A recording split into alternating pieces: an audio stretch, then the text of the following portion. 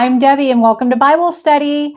We are finishing up the book of Proverbs. We are in chapter 31. And verses 1 through 9 say that they are sayings of King Lemuel. I always have fun trying to pronounce these names. And then from verses 10 on through verses 31, it says an epilogue, the wife of noble character. And a lot of people know about these verses. It will be fun to read this chapter today. So if you're ready to Bible study with me, let's go.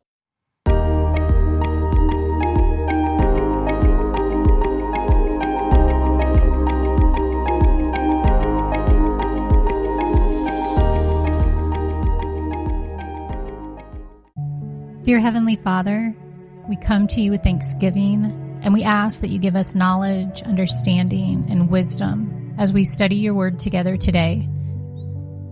Do your work in us in your perfect timing, and help us to be sensitive to your leading in our lives. Give us a fresh insight, and let us leave today's study with a new perspective. In Jesus' name we pray. Amen. Chapter 31, Sayings of King Lemuel. The sayings of King Lemuel, an inspired utterance his mother taught him. So just like Agur, little is known about Lemuel, except that he was a king who received wise teachings from his mother.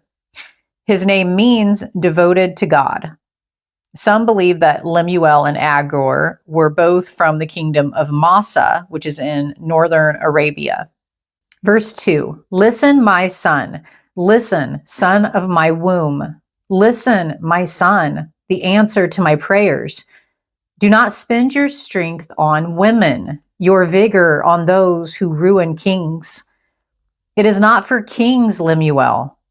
It is not for kings to drink wine, not for rulers to crave beer, lest they drink and forget what has been decreed, and deprive all the oppressed of their rights. Let beer be for those who are perishing, wine for those who are in anguish.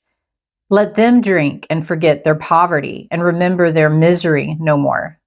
Drunkenness might be understandable among dying people in great pain, but it's inexcusable for national leaders. Alcohol clouds the mind and can lead to injustice and poor decisions. People in leadership who numb themselves with alcohol will eventually compromise their principles. Verse 8, speak up for those who cannot speak for themselves, for the rights of all who are destitute. Speak up and judge fairly. Defend the rights of the poor and needy. There are plenty of people around us who do not have the ability to speak for themselves. We don't have to go far to find them. There are children, people with disabilities and chronic health issues, and aging populations all around us. As God's children, we shouldn't hesitate to defend the rights of others. It's a privilege to stand up with and for the vulnerable. Be glad when your eyes are opened to ways that you can partner with God in your community. Count it an honor when you are given an opportunity to speak up for others. We needn't drown out the voices of the oppressed with our own. We should stand with them. The powerful don't need our backing. It's those who have nothing that need our support. So the rest of the chapter here is an epilogue, the wife of noble character, it's called. So verse 10, a wife of noble character who can find? She is worth far more than rubies.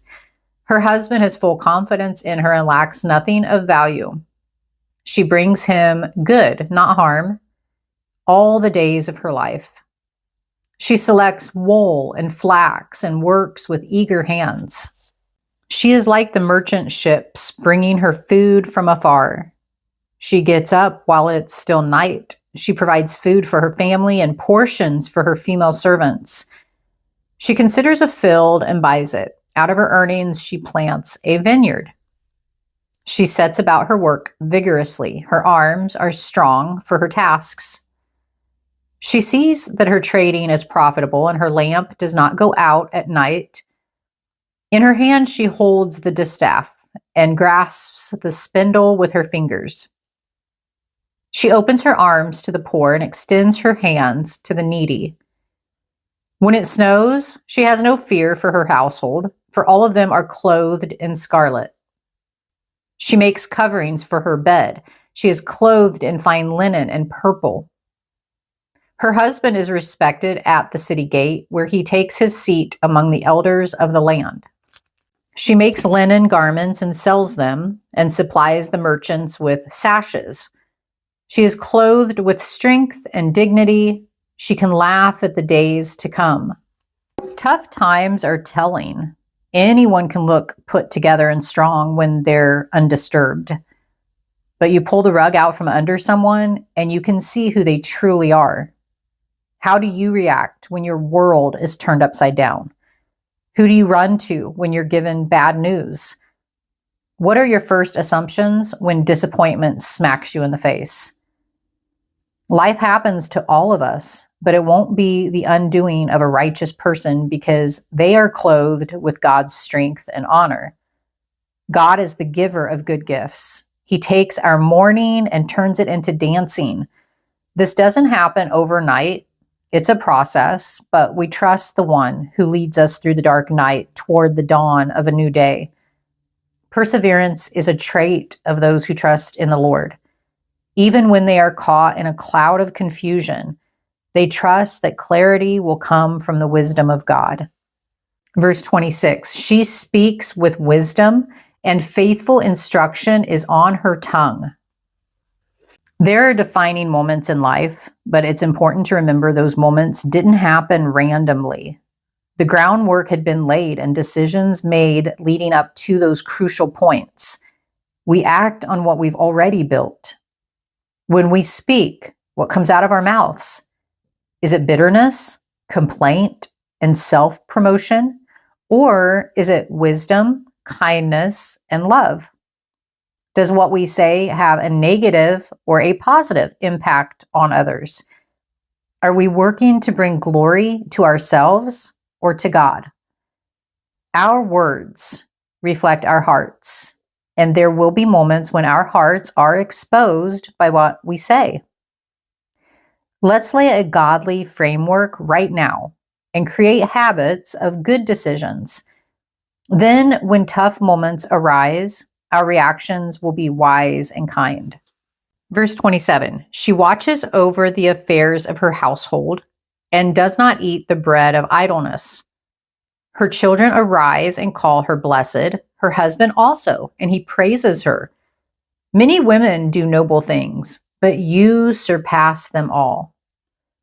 Charm is deceptive and beauty is fleeting, but a woman who fears the Lord is to be praised. Our priorities matter. What we give our time and attention to affects the satisfaction of our hearts and the well-being of our relationships. There is nothing wrong with wanting to look nice. This isn't something to abandon. However, youthful charm and beauty are fleeting. We can't turn back the hands of time. It will show on our faces and our bodies. This is not something to despise, though. The most important thing about us is our character. How are we known to treat people? Do we speak with kindness and sincerity? Are we wise with our pursuits? Are people better for knowing us? We will never be perfect, but that's truly not the point.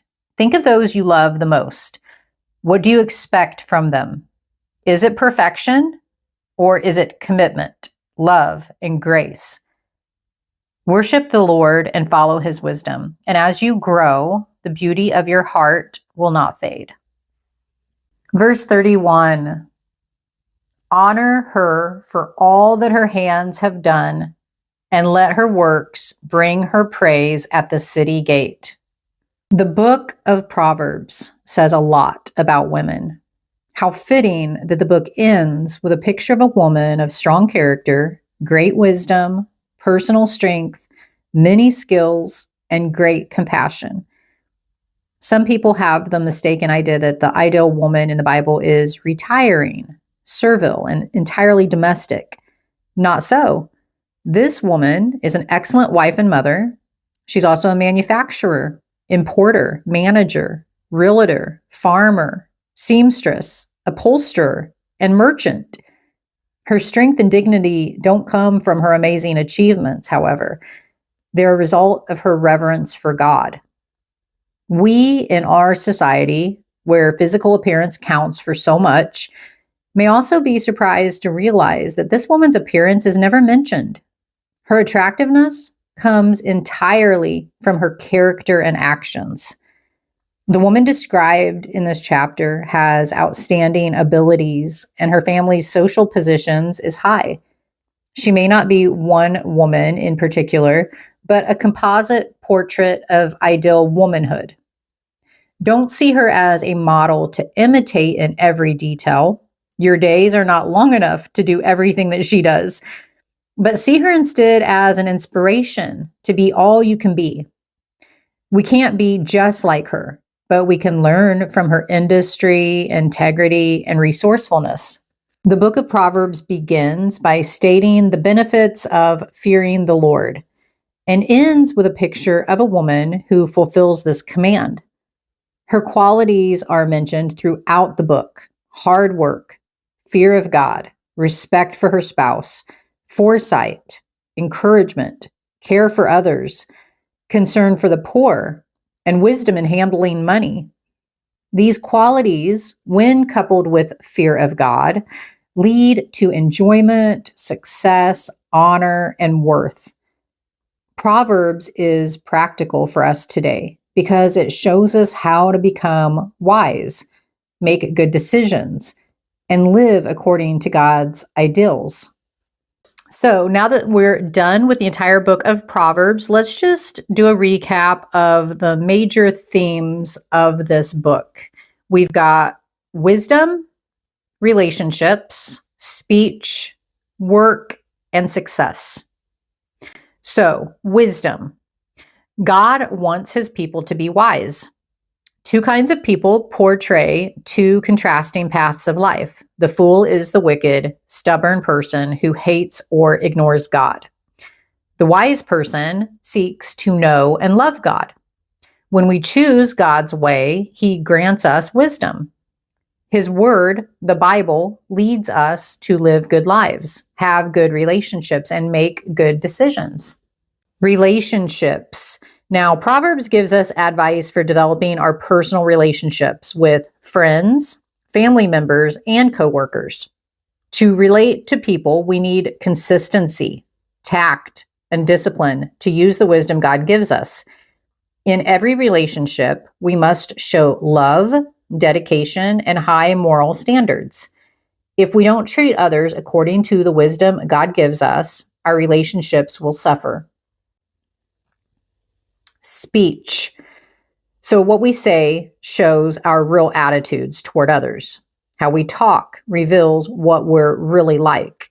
Our speech is a test of how wise we have become.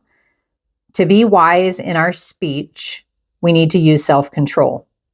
Our words should be honest and well chosen. Work. God controls the final outcome of all we do. We are accountable to carry out our work with diligence and discipline, not laziness. Because God evaluates how we live, we should work purposefully. We must never be lax or self-satisfied in using our skills. And we're going to finish up here with the theme of success. So, although people work very hard for money and fame, God views success as having a good reputation, high moral character, and spiritual devotion and obedience to him. A successful relationship with God counts for eternity. Everything else is perishable. All our resources, time, and talents come from God.